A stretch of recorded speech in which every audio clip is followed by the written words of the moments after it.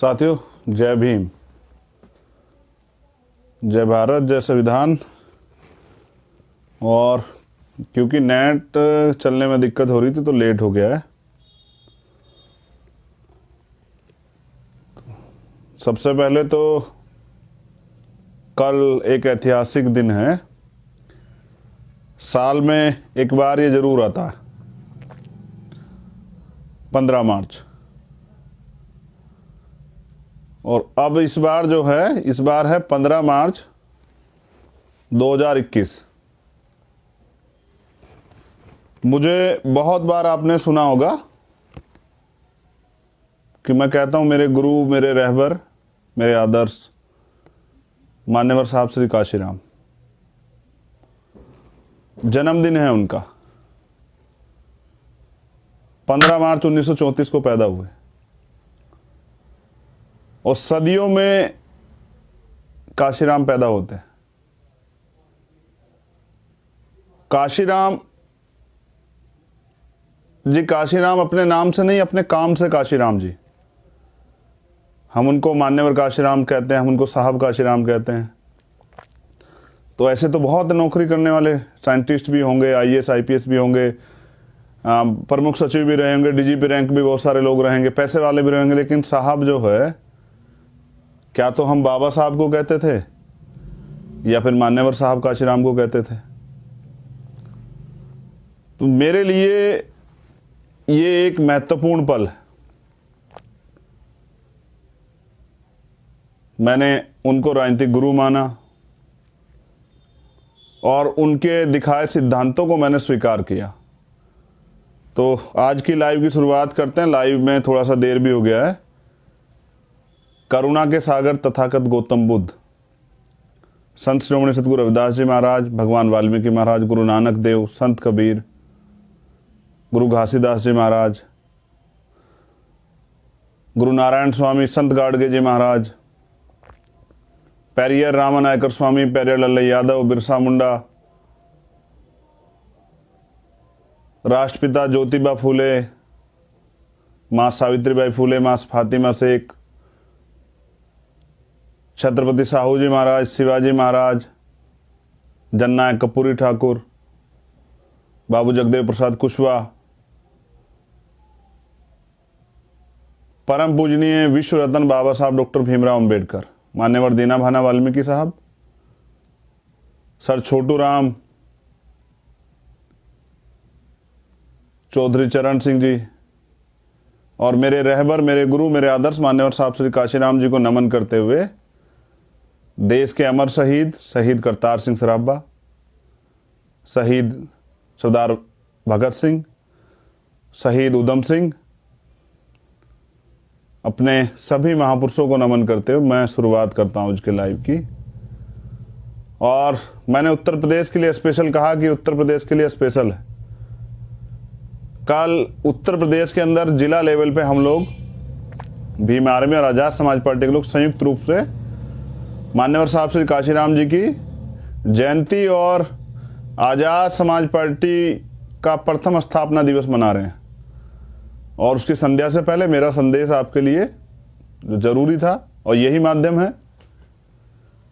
कल तो बहुत सारे नेता टीवी के माध्यम से बोलेंगे, लेकिन मेरा तो टीवी संचार का माध्यम, आप तक पहुंचने का माध्यम, गांव-गांव तक यही है। और मुझे लगता है कि मुझे इस मूवमेंट से जुड़े, बहुजन मूवमेंट से जुड़े सभी लोगों को तक अपनी बात पहुंचानी चाहिए। तो पूरे देश से जुड़े हुए लोग भी इसको सुन रहे होंगे, तो सभी प्रदेश कार्यालयों पे भी पीडीएफ द्वारा ये पहुंचा दिया गया है और मैं चाहता हूं आप इसको पढ़ें। परिवर्तन, सामाजिक परिवर्तन, आर्थिक मुक्ति का आंदोलन, सत्ता परिवर्तन के लिए नहीं, व्यवस्था परिवर्तन के लिए।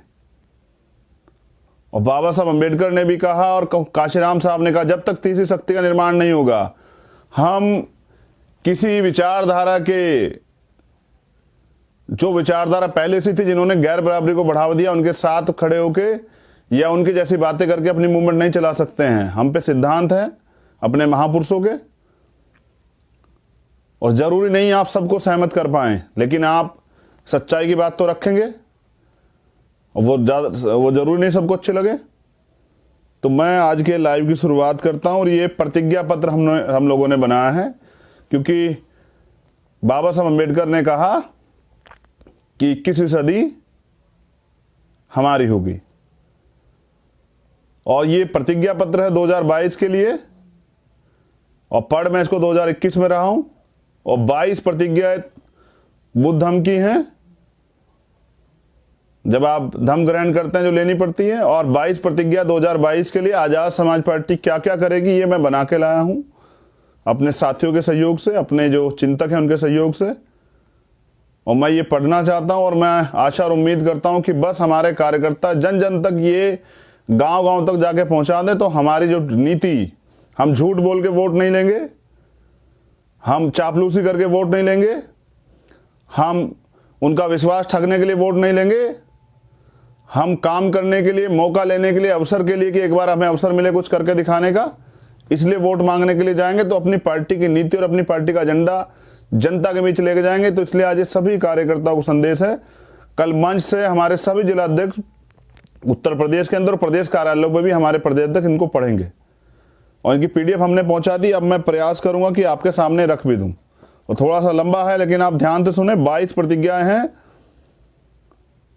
और समझिए कि गुलामी से मुक्ति के लिए है, जैसे धम्म में है ना, गुलामी से मुक्ति के लिए, परिवर्तन के जीवन के लिए ये प्रतिज्ञाएं हैं। और मैं पढ़ देता हूं आपके सामने।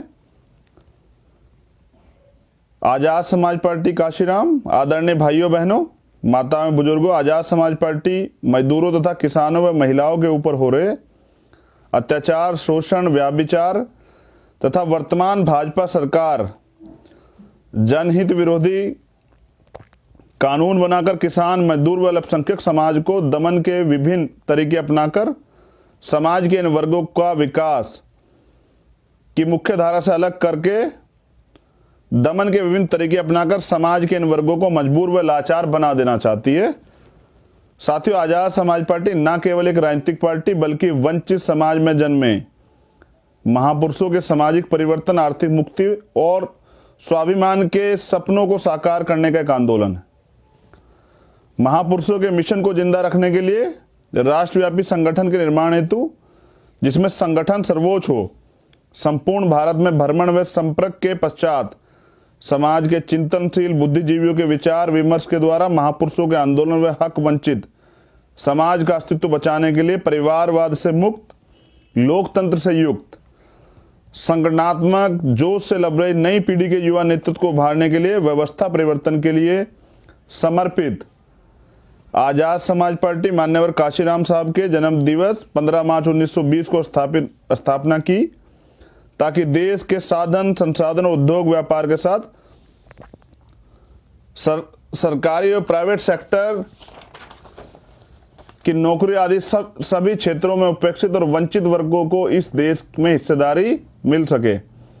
अर्थात OBC का 52%, SC ST का 30%, अल्पसंख्यक समाज का 18% हिस्से के साथ हक वंचित वर्गों की सामाजिक आज़ादी, आर्थिक मुक्ति और राजनीतिक पहचान को इस देश में सुनिश्चित किया जा सके।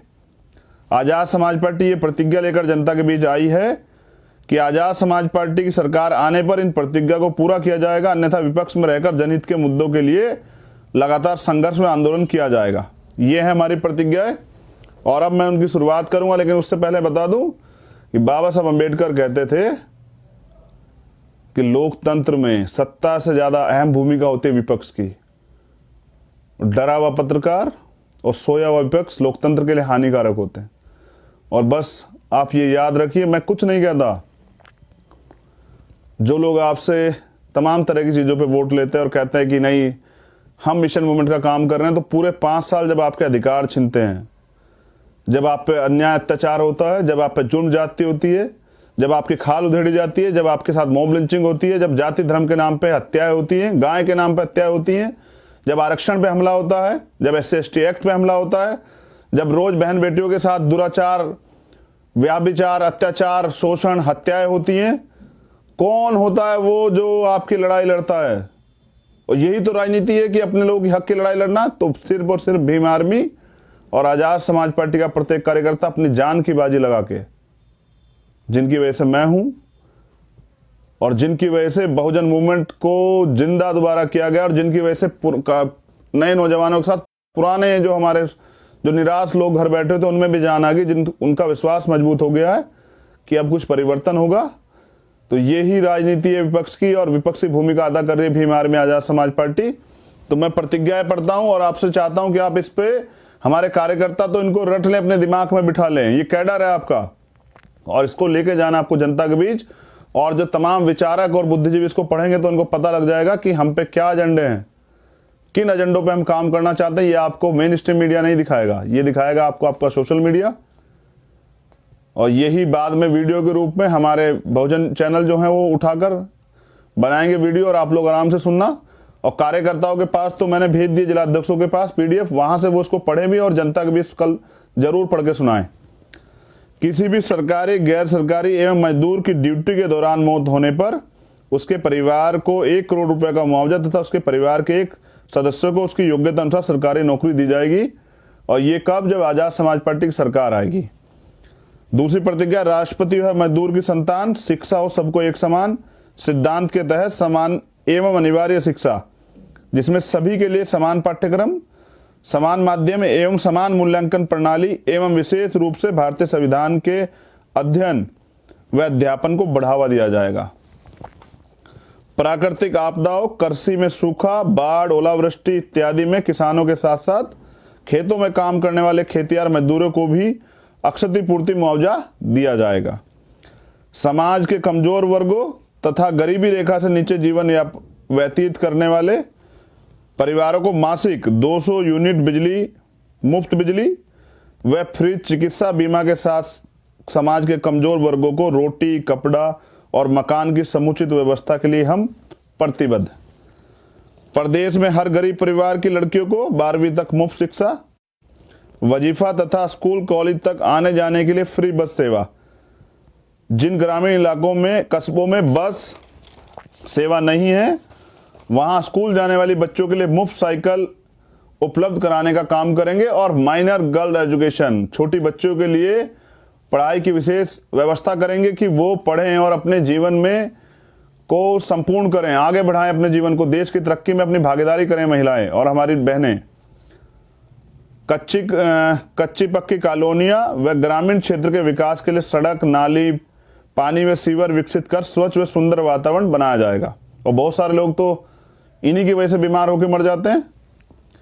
आजाद भारत के 70 साल बीत जाने पर प्रदेश में अभी भी 8-10% जनसंख्या झुग्गी झोपड़ी, फुटपाथ, रेलवे स्टेशन या फिर खुली छत के नीचे सोने के लिए मजबूर हैं। ऐसे लोगों के लिए सरकारी खर्च पर रैन बसेरा या फिर उनके लिए छोटे आवास की व्यवस्था करने का काम करेगी। मॉब लिंचिंग एक तरह की पराजित हिंसा है, उसमें शामिल अपराधियों को सख्त सजा का कानूनी प्रावधान के साथ अल्पसंख्यक समुदाय के विकास के लिए स्कूल, मदरसों का विशेष प्रावधान किया जाएगा तथा उनको चलाने के लिए NGO को ग्रांट देकर पिछड़े समुदाय को देश की मुख्य विकासधारा में शामिल करने का काम किया जाएगा। SC, ST, OBC के लिए उपबंध संवैधानिक आरक्षण व्यवस्था को जमीनी स्तर पर 100% लागू करने का काम किया जाएगा। आरक्षण को संविधान की 9वीं अनुसूची में डाला जाए तथा इन वर्गों के लिए निजी क्षेत्रों में कंपलसरी रूप से आरक्षण मिले, इसके लिए कठोर कानूनी प्रावधान किए जाएंगे। और प्रमोशन में रिजर्वेशन, इसको हम लोग लागू कराएंगे SC, ST, OBC सब लोगों के लिए, क्योंकि सुप्रीम कोर्ट का एक ऑर्डर आया था कि सरकार लागू कर सकती है, सरकार दे सकती है, लेकिन कोई सरकार नहीं दे रही है, तो आपकी अपनी सरकार देगी। इसलिए हमने ये मुद्दा रखा, बहुत अहम मुद्दा है, हमारे अधिकारी कर्मचारी परेशान हैं। ASP प्रदेश में सरकारी विभाग के अंतर्गत लाखों की संख्या में पड़े खाली पदों को सीधी भर्ती के द्वारा भरने का काम करेगी, जिसमें आरक्षण को सख्ती से लागू किया जाएगा।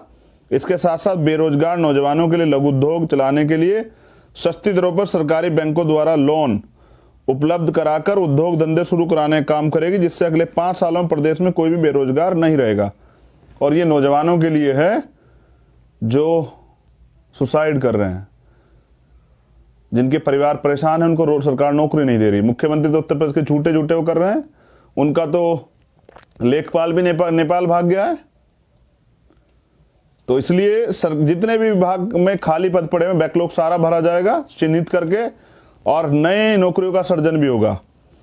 साथ ही निजीकरण को समाप्त करने के लिए हमारी सरकार प्रत्येक विभाग का सरकारीकरण करके उसमें योग्य व देश प्रेमी लोगों की भर्ती कर सरकारी विभागों द्वारा प्रदेश के चहुमुखी विकास के लिए काम करेगी, जिससे पूंजीवादी व्यवस्था को खत्म किया जा सके। और अभी आप देख रहे हैं कितने बड़े पैमाने पर निजीकरण किया जा रहा है। ये आरक्षण को खत्म करने का एक चोर दरवाजे से काम हो रहा है। और SC ST OBC के लोगों को कौन देगा नौकरी, इतने गैर बराबरी के बावजूद जो अभी है देश में। सरकारी विभागों में लाखों की संख्या में काम कर रहे कच्चे कर्मचारियों को हमारी पार्टी की सरकार बनने के बाद उन्हें 3 महीने के अंदर अस्थायी व पक्की नौकरी देने का काम किया जाएगा। और ये मैंने वादा भी किया था गौतम बुद्ध नगर आंदोलन में कि जो जितने सफाई कर्मचारी हैं, संविदा कर्मचारी हैं, उनको पक्की और सरकारी नौकरी हम लोग देंगे। ये मैंने वादा भी किया था और मैं इस वादे पे बिल्कुल तटस्थ हूँ, प्रतिबद्ध हूँ, संकल्पित हूँ। हम महिला सुरक्षा, महिला रोजगार प्लान लाकर महिलाओं को आत्मनिर्भर और स्वावलंबी बनाने का काम करेंगे। इसके साथ ही महिलाओं के लिए 30% आरक्षण सभी विभागों में लागू किया जाएगा। इतना ही नहीं, हमारी सरकार महिलाओं पर हो रहे अत्याचार को समाप्त करने के लिए पुलिस विभाग में 30% पदों पर महिला कर्मचारियों की नियुक्ति करने का काम करेगी, जिससे कि वह स्वयं तथा अन्य महिला वर्ग की सुरक्षा कर सके। और उत्तर प्रदेश का हाल देखिए, आप देश का हाल देखिए, कोई सा प्रदेश हो, राजस्थान हो, उत्तर प्रदेश हो, मध्य प्रदेश हो, बिहार हो, छत्तीसगढ़ हो, हरियाणा हो, कहाँ आप देख लीजिए, बहन बेटियां बेबस हैं, घर से बाहर नहीं निकल सकती हैं, हत्याएं हो रही हैं, रेप हो रहा है, तो सुरक्षित माहौल ही नहीं है। और ये आंच किसके घर तक आ जाएगी आपको नहीं पता। इसलिए इस पे काम करना बहुत जरूरी है। किसानों को उनकी फसलों का उचित मूल्य तथा MSP लागू करने के लिए हमारी पार्टी की सरकार प्रदेश में किसानों के विकास हेतु कानून बनाएगी तथा मौजूदा सरकार द्वारा किसान विरोधी कानून का बहिष्कार करते हुए प्रदेश में से लागू नहीं होने देगी। और किसानों की मांग, किसान आंदोलन पे 100 से ज्यादा दिन हो गए, सरकार तो नहीं सुन रही है। तो सरकार अगर आपकी होती तो सुनती। इसलिए किसान भाइयों से मेरा अनुरोध है कि वो भी आजाद समाज पार्टी को समर्थन करें, मदद कराएं और किसानों की सभी मांगों पे हम लोग काम करेंगे, क्योंकि किसान देश का अन्नदाता है और वो देश की रीढ़ है। हम कमजोर नहीं होने देंगे किसानों को। हम उनके आंदोलन में भी साथ हैं और उनके लिए कानून भी बनाएंगे जब हमें अवसर मिलेगा। मुस्लिम समाज के लिए सच्चर कमेटी की रिपोर्ट पर तुरंत अमल होगा। मौजूदा सरकार द्वारा बनाए गए नागरिकता विरोधी कानून CAA को उत्तर प्रदेश में लागू न करने की गारंटी तथा प्रत्येक धर्म, जाति, समुदाय के लोगों को संविधान में दिए गए अधिकार व सुविधाओं की सख्ती से लागू करने का काम जो है वो किया जाएगा। और पुलिस के प्रत्येक थाने में SC ST OBC अल्पसंख्यक महिला वर्ग से एक कर्मचारी की तैनाती की जाएगी, जिससे कि पुलिस स्तर पर हो रहे जातिवाद अत्याचार को समाप्त किया जाए। देश में जो भी पार्टी अडानी अंबानी की कंपनियों का राष्ट्रीयकरण करेगी, हमारी पार्टी ऐसे राजनीतिक दल का समर्थन करेगी। और अगर आप हमें अवसर देंगे तो समझिए कि कौड़ियों के दाम पे सरकार द्वारा उनको बेचे गई सरकारी सारी संपत्ति का राष्ट्रीयकरण होगा और वो देश के गरीबों में, वंचितों में, शोषितों में बांटी जाएगी। उच्च शिक्षा संस्थानों में स्वायत्तता घोषित करके वहां आरक्षण व्यवस्था को खत्म करने का षड्यंत्र सरकार कर रही है, उसे तत्काल रोका जाएगा तथा युवा प्रतिभाओं को निखारने के लिए विदेशी यूनिवर्सिटी में अध्ययन हेतु प्रतिवर्ष 10,000 छात्रों को अध्ययन हेतु सरकारी खर्च पर विदेश भेजने का कार्य करेंगे। और ये बहुत जरूरी काम है कि यहाँ का युवा पढ़ने के लिए विदेश में जाए और वहां से पढ़ के आके देश की तरक्की में हिस्सेदारी करे।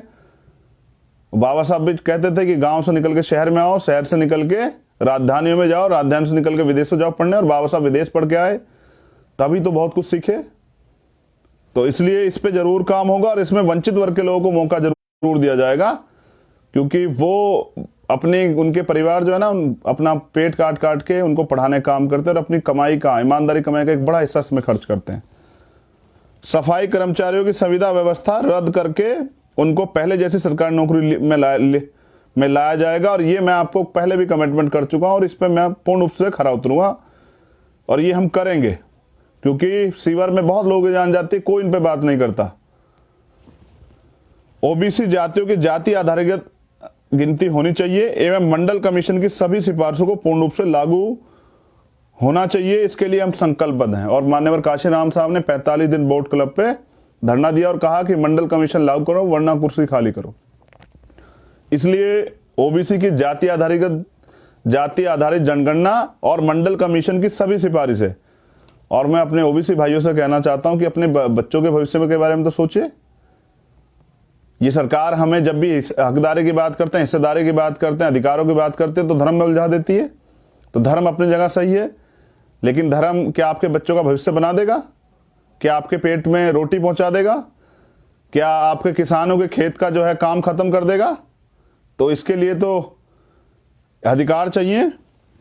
प्रत्येक जिला मुख्यालय पर आईएएस, आईपीएस, पीसीएस आदि सिविल सर्विस के लिए एससी, एसटी, ओबीसी, माइनॉरिटी के लिए फ्री कोचिंग सेंटर की व्यवस्था की जाएगी। और ये क्योंकि एजुकेशन की वैल्यू मैं समझता हूं, तो हमने तय किया है कि IAS, IPS, PCS, civil service, PCS J के लिए coaching centre, SC, ST, OBC और माइनॉरिटी के बच्चों के लिए कोचिंग सेंटर खोले जाएंगे, उनकी तैयारी कराई जाएगी और जिससे कि उनको अवसर मिले। क्योंकि इनकी तैयारी में बहुत पैसे खर्च होते हैं, तो बहुत सारे लोग तो सपने अपने जो हैं सिकोड़ के रख जाते हैं, उनके सपने खत्म हो जाते हैं, वो अपने सपनों को अपने अंदर ही जो है समेट लेते हैं।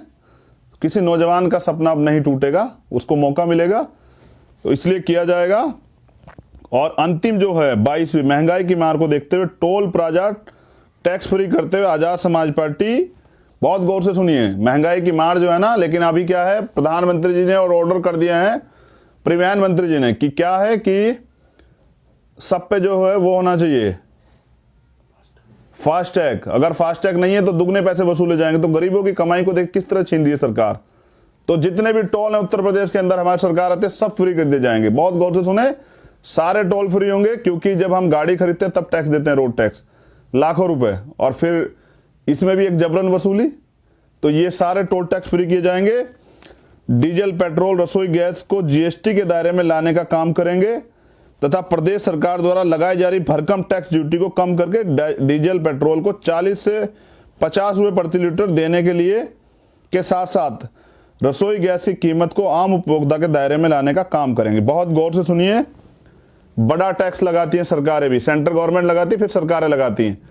तो हम प्रयास करेंगे कि उस टैक्स को, जो भारी भरकम टैक्स ड्यूटी लगी, उसको कम किया जाए और 40 से 50 रुपए में पेट्रोल डीजल की व्यवस्था जो है वो कराई जाए, जिससे कि कम से कम मार जो है, आय तो सरकार नहीं बढ़ा पा रही, लेकिन महंगाई की मार जो है खूब बढ़ी है। 250 रुपए तो सिलेंडर बढ़ गए दिसंबर से अब तक, और पेट्रोल देखिए 100 के आसपास चला गया है।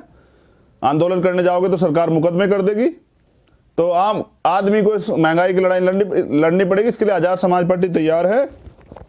और अब बात करता हूं मैं, बस बहुत नेचुरल बात, ये 22 प्रतिज्ञा हमारी होगी हैं, और मैं निवेदन करूंगा कि हमारे सभी जिलाध्यक्ष इसको जरूर पढ़ें, हमारी बातों को जनता तक जरूर पहुंचाएं और अपने कार्यकर्ताओं तक, और इसी को पूरा कैडर बना के गांव-गांव जाके मीटिंग करें, इन्हें पहुंचाएं, वॉल पेंटिंग करें, अपनी मांगों को वॉल पेंटिंग पे दीवारों पे लिखें, क्योंकि यही सस्ते संसाधनों से गरीबों की पार्टी को आगे बढ़ाना है। तो जीना कोई बड़ी बात नहीं, बड़ी बात है स्वाभिमान से जीना। ये बाबा साहब अम्बेडकर का एक वाक्य है। जीना कोई बड़ी बात नहीं है, बड़ी बात है स्वाभिमान से जीना। और जगाया उसे जाता है जो जिंदा होते हैं, मरे हुए को दफनाया जलाया जाता है।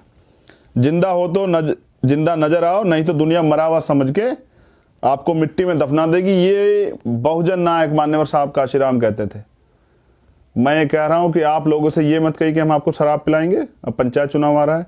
आप ये मत कहिए कि हम झूठे वादे करेंगे, हम ये करेंगे वो करेंगे। आप अपनी नीतियां लेके जाइए, जनता का समर्थन प्राप्त कीजिए। मैं तो बिल्कुल साफ तौर पर कह रहा हूं कि कोई पदाधिकारी सुनिश्चित कर दे, सभी पदाधिकारी, कोई हमारा प्रत्याशी जो है गांव में क्योंकि हमारी लड़ाई व्यवस्था परिवर्तन की भी है ना, तो शराब बांटना, इन सब चीजों पे फोकस करें, बिल्कुल झूठे वादे ना करें, जनता के बीच असली मुद्दों को लेके जाएं और फिर मौका मिलने पे जनता के काम करें।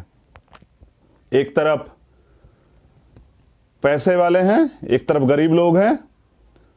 महंगे चुनाव, सस्ता वोट, ये हमारा थीम रहेगा। महंगे चुनाव और सस्ता वोट, वोट की वैल्यू को समझें, वोट की सुरक्षा बहन बेटी की रक्षा करनी है। वोट का अधिकार बिकने के लिए नहीं मिला है, गुलामी से मुक्ति के लिए मिला है। तो अब इसका अगर आप सही प्रयोग करते हैं, आजाद समाज पार्टी के ईमानदार वर्करों को अगर आप इसकी मदद कराते हैं, तो आपके बच्चों का भविष्य जो है वो सुनिश्चित हो जाएगा। और फिर सुनिए, जो विरोध होता है वो ताकतवर का होता है, कमजोर का नहीं होता है। तो मेरी बहुत बहुत मंगल कामनाएं। मैं यही कहना चाहता हूँ, मेरे लिए सुनहरा है ये सपना, मुझे अवसर मिला है अपने महापुरुषों के आंदोलन को आगे बढ़ाने का। जैसा मैंने कहा, सदियों में पैदा होते हैं काशीराम और सदियों में पैदा होते हैं बाबा साहब डॉक्टर भीमराव अंबेडकर। आपके पास तो दोनों एक सदी में थे। तो नौजवानों से कहना चाहता हूँ, बहुत मेहनत किया आपने, बहुत संघर्ष किया है। अब 8 से 9 महीने जो 2022 के इलेक्शन के सोना नहीं है। अगर इस गुलामी से मुक्ति चाहिए और अपने हक अधिकार चाहिए, अपने आप को ताकतवर बनाना है, गुलामी से मुक्ति चाहिए और गुलामी की बेड़ियां काटनी है, अपने गरीबों के लिए कुछ करना है, उनके आंसू पूछने हैं, उनके जीवन में बदलाव लाना है, आर्थिक सशक्तिकरण करना है और देश की संविधान की सुरक्षा करनी है, आरक्षण की रक्षा करनी है, तो आजाद समाज पार्टी को मौका दें। और इसलिए नौजवान जो हैं निकले घर से बाहर और गांव-गांव जाके काम करें। और मैं ये भी जानकारी दे दूं, पंचायत चुनाव खत्म होते ही मैं खुद साइकिल यात्रा पे निकलूंगा और पहुंचूंगा हर जिले में। वो कार्यकर्ताओं से निवेदन है कि कल आपसे प्यार बना के रखें, भाईचारे का संदेश दें और अपने काम को आगे बढ़ाएं। मैं बहुत जल्द आपके गांव में, आपके ज़िले में पहुंचूंगा साइकिल यात्रा से। मैं इसीलिए तो हूं कि मैं अपने लहू का एक एक कतरा जो है लगा दूंगा अपने महापुरुषों के आंदोलन को आगे बढ़ाने के लिए। और वो नोट नहीं बना, याद है ना, जो आपके भाई को खरीद सके। मैं आपका नेता नहीं, मैं आपका बेटा हूँ, आपका भाई हूँ। और मैं धन्यवाद देता हूँ आज के शुभ अवसर पे, आज के मंगल अवसर पे भीम आर्मी के सभी कार्यकर्ताओं का, भीम आर्मी के हमारे तमाम नेताओं का, भीम आर्मी के राष्ट्रीय अध्यक्ष जी का, राष्ट्रीय महासचिव जी का, राष्ट्रीय उपाध्यक्ष जी का, सभी प्रदेश अध्यक्षों का, सभी प्रदेश प्रभारियों का, हमारी महिला नेताओं का। और मैं धन्यवाद देता हूँ आज़ाद समाज पार्टी के कार्यकर्ता का, जिनकी वजह से मैं हूँ, आज़ाद समाज पार्टी के सभी पदाधिकारियों का, सभी प्रभारियों का और पूरे बहुजन समाज का। मुझे सुनने के लिए बहुत बहुत आभार। आपका दिन, कल का दिन आपका बहुत मंगल हो, आपका भविष्य मंगल हो और आपकी तरक्की के लिए कामनाएं। तथागत की अनुकंपा आप पे बनी रहे। जय भीम, जय भारत, जय संविधान, नमस्कार, सलाम, सत श्री अकाल।